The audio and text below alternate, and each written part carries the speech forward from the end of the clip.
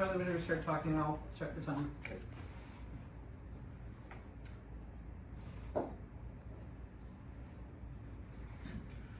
Courage is a primary virtue, as all other virtues require it. This quote from the stimulus package, though rooted in the military, is also applicable in the medical field. Hospitals are heavens beyond battlefields, where courage is not only just admired, but also anticipated. As a professional, providing medical care can hardly be separated from kind moral intent. This is where I developed my research question, which is how does cultivation of moral courage among healthcare professionals influence the implementation of ethical medical practices and patient outcomes in high-stakes environment? According to the American Association of Colleges of Nursing, the definition of moral courage is the capability to advocate for and do what one considers ethical, moral behavior when facing a dilemma. This implies that even if it means standing alone or isolation from peers or risking employment, a medical professional should always advocate for what is right.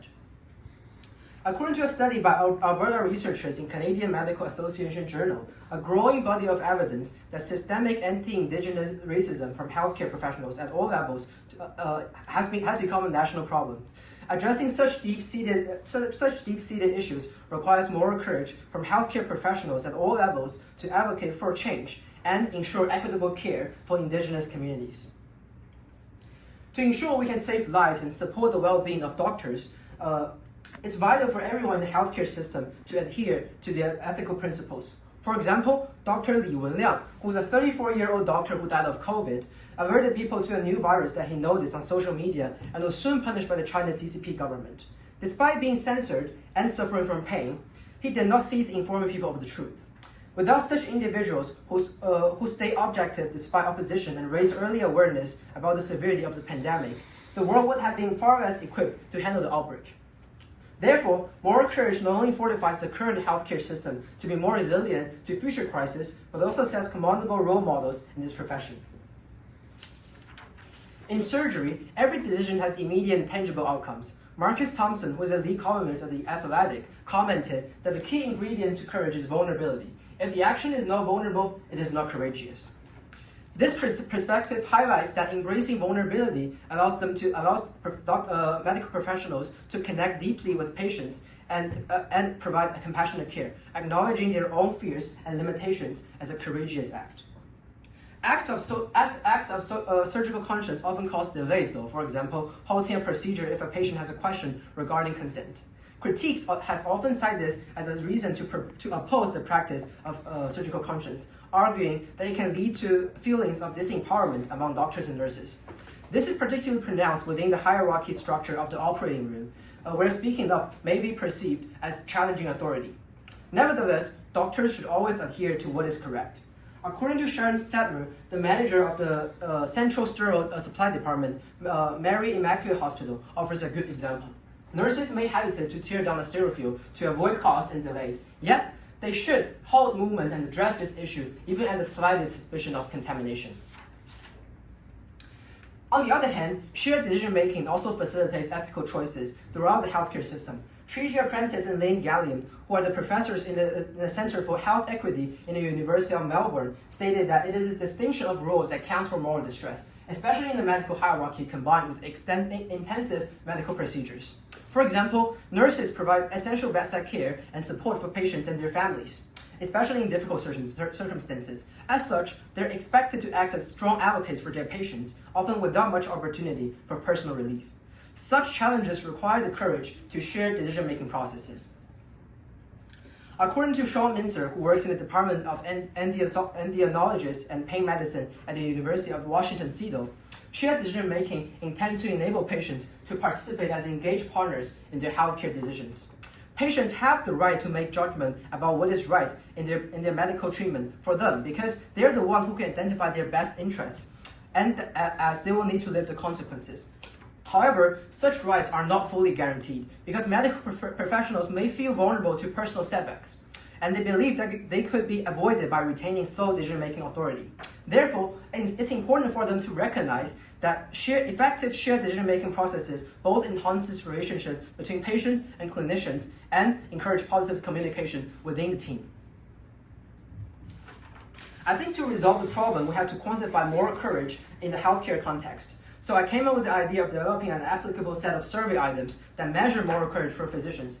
According to the results from a study done by William Martinez, who is assistant professor of medicine at Vanderbilt University Medical Center, the scale called Moral Courage Scale for Physicians, aka MCSP, constructed by his research team, suggests that it demonstrates excellent internal consistency with all items correlating well to the overall measurement of the physician's moral courage. This implies that evidence for the reliability of a measure of moral courage for physicians is no longer unachievable, and that MCSP could be a potential tool for measurement of moral courages. This transforms an invisible quantity to a quantifiable figure, which can support medical workers to follow their ethical guidelines.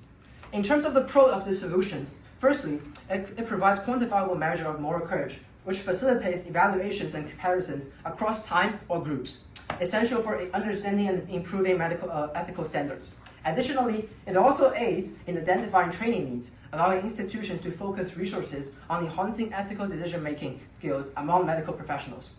However, this solution also has some cons. The scale's initial validation with specific academic centers limits the generalizability across diverse medical environments, potentially restricting its widespread adoption. There's also the potential for resistance from medical staff, especially in environments with rigid hierarchies or cultures less receptive to scrutiny and change.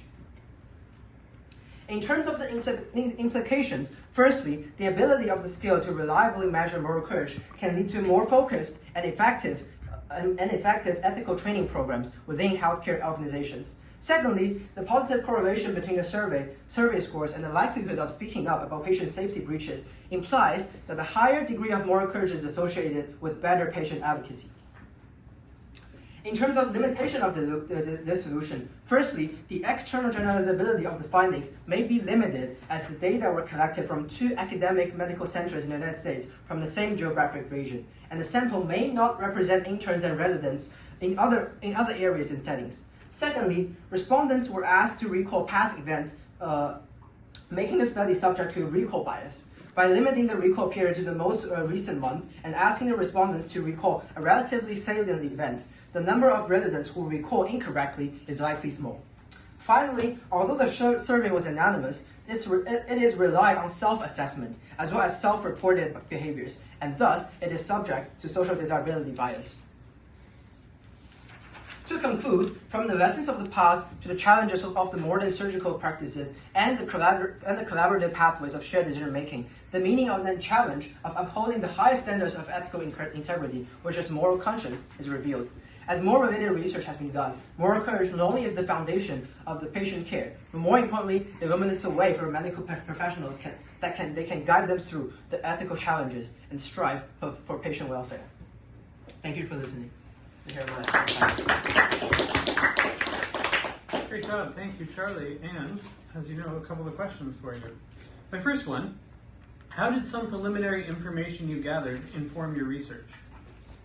Okay, so I think the information I needed before includes whether my research question is applicable and urgent under current circumstances, and how many potential resources that I could possibly gather from credible authors. And these are the 2 main pieces of information that I have to consider before diving into my research. And these information actually help me shape my research a lot by letting me know whether my arguments are well constructed and develop more reliable evidence.